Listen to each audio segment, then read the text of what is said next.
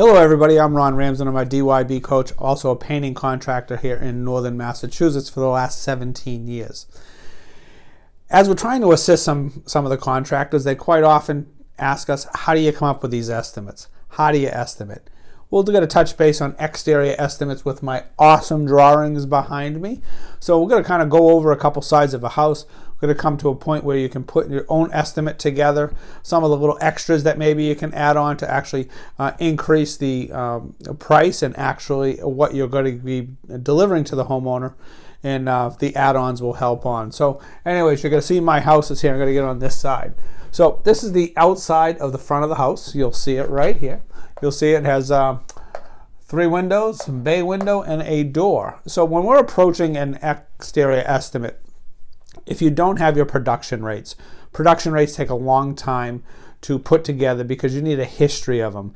If you're going to be doing cedar clapboards and you can paint so many square feet per hour, then you can start looking at things and measuring up and saying, okay, there's 800 square feet of cedar clapboards. I know I can paint so many in one coat in so many hours, and then you can determine your pricing that way. If you don't have it that way, and that takes a while, and I encourage you to start writing some of that down and getting a journal, either an electronic journal or a handwritten journal to start, because that's when your numbers can really be fine-tuned for yourself and the crew. So anyway, so we have a front of a house here. We're only going to do 2 sides of the house, and you can times it by 2 if you'd like to do that. Anyways, 3 windows. We have the door, we have the whole front, and with the door and everything else. So what we're going to do is we first look at it and see how much prep it's going to need. So we're going to look at the house, and I'm just going to say it needs 2 guys for a day. So you have 16 hours of prep, so 2 days. So we're going to put two down on the bottom here. That's 2. That's for the prep. And then we're going to look at the house, and we'll start looking, paint. We're going to paint the trim and the windows and on and on and on, and say, okay, it's going to take me 6 days to paint that house, or 3 guys, 2 days to paint this side of the house. So we'll put a 6 right here. So we're also thinking, it's 40 feet up here to the peak. So it's going to be a lot of ladder moves and things like that. So then we're going to go over to the side. This is my fancy side of the house. This would be the front you'd be seeing over here.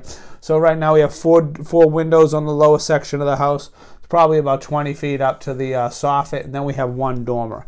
Key for us for the dormer, after talking to quite a few contractors, a lot of the contractors, if it's a basic dormer, they automatically add 1 day for the dormer. Might work for you, it works for me. So we're going to give that the 1. With 1 day alone to prep and paint that dormer, because you might need a guy on the bottom holding that ladder for you during that time. Secondly, we have the rest of the house. So we have the windows, the 4 windows, and the body. So not knowing production rates, we're going to look at it and say, okay, how bad is this? What do we think it's going to be? The guessing is really in the prep. So you really don't know how much prep it's got to be, because sometimes you see it, it looks like it's only a few peels, and then you start scraping it, and then it's a horror show. But the prep is the unknown. A lot of times asking a homeowner if we can do time and material on prep doesn't really fly, because they want to know what they're getting into. So we're going to say we've got 2 days of prep on this side of the house also. That's what we assume.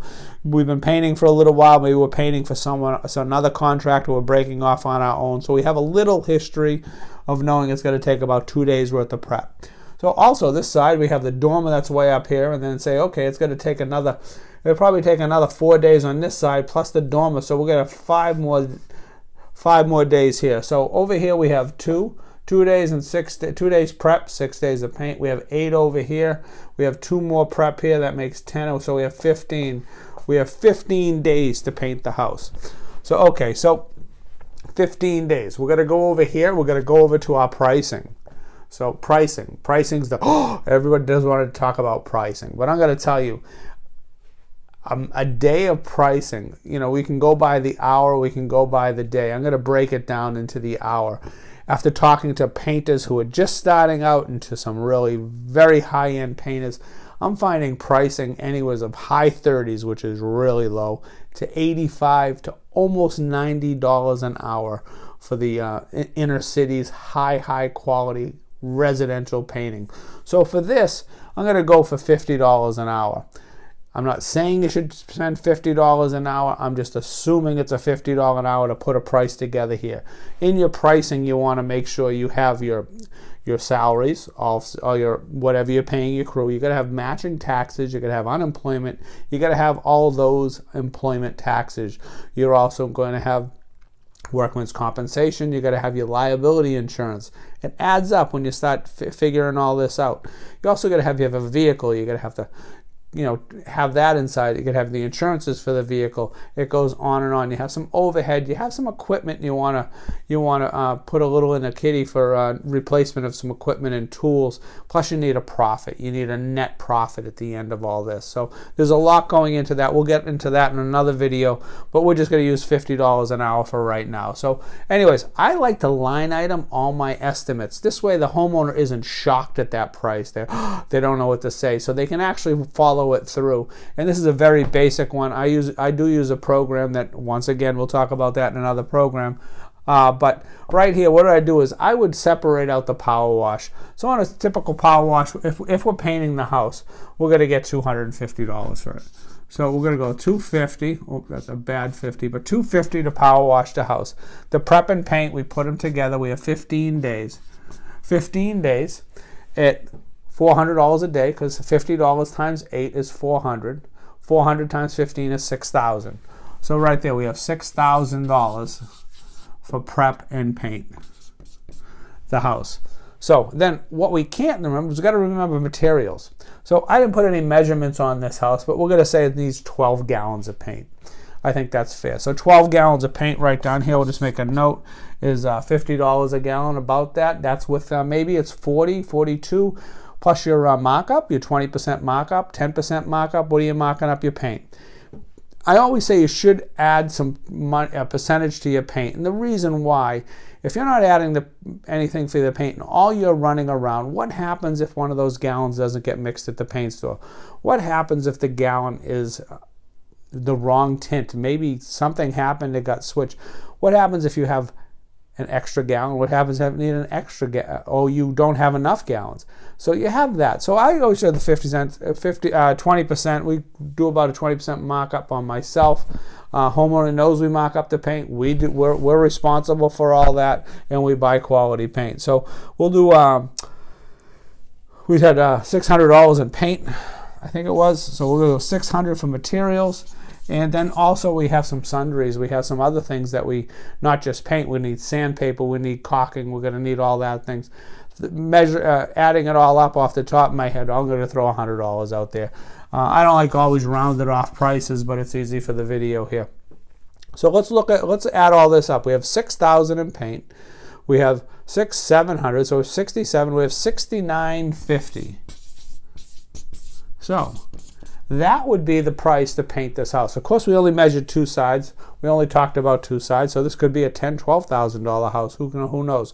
But some of the add-ons I always like to do is line items. If I'm walking around the house with the homeowner, and I always make sure the homeowner's home so we can do this together, I can answer their questions. They can answer my questions. If there's a fence there that needs painting, he or she might say, well, I might be thinking of doing that another time.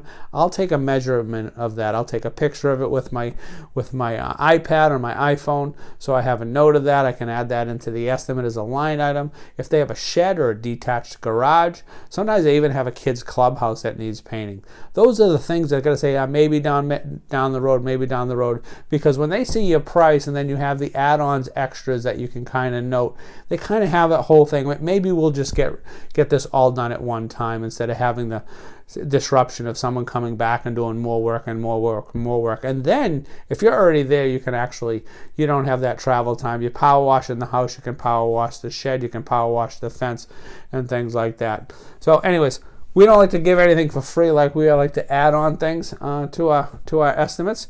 And also, when you go to your estimate, make sure you address appropriately. If you have paint as whites, maybe you can have nothing wrong with having a paint as whites, but maybe you have an extra pair of khakis or really nice jeans in the truck that you can change into prior to going to the estimate.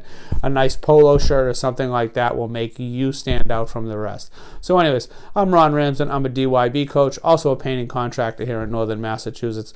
I'm helping you work on on your business so you don't have to work in your business. Have a great day. Please leave a comment. We'll gladly answer them. If you have to get in touch with me, it's ron@dybcoach.com. Thank you for watching, and please subscribe to the rest of the videos.